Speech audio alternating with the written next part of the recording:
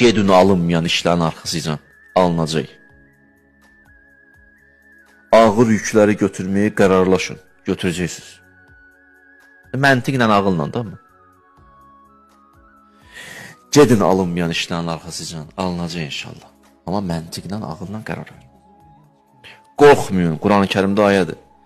Buyurur, وَلَا يَخْشَوْنَ أَحَدًا إِلَّا اللّٰهِ Qorxmurlar Allahdan, siva, heç kəsdən.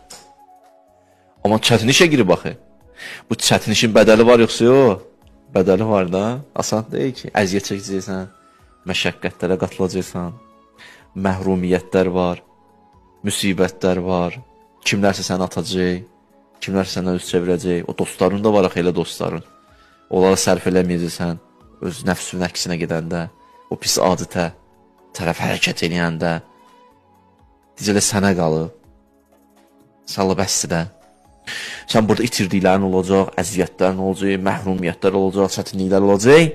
Amma Quran-ı Kərim nə deyir? Kəfə billahi həsibən. O ayənin axırında deyir ki, narahat olma, bunların hamısını hesablayıram, amma mən atıram bunları belə deyək də arxivə. Sən dişvə sıxdın eləmədin, mən bunu yazdım. Əhsən sənə. Sən buna görə kimlərsə itirdin, halaldır sənə.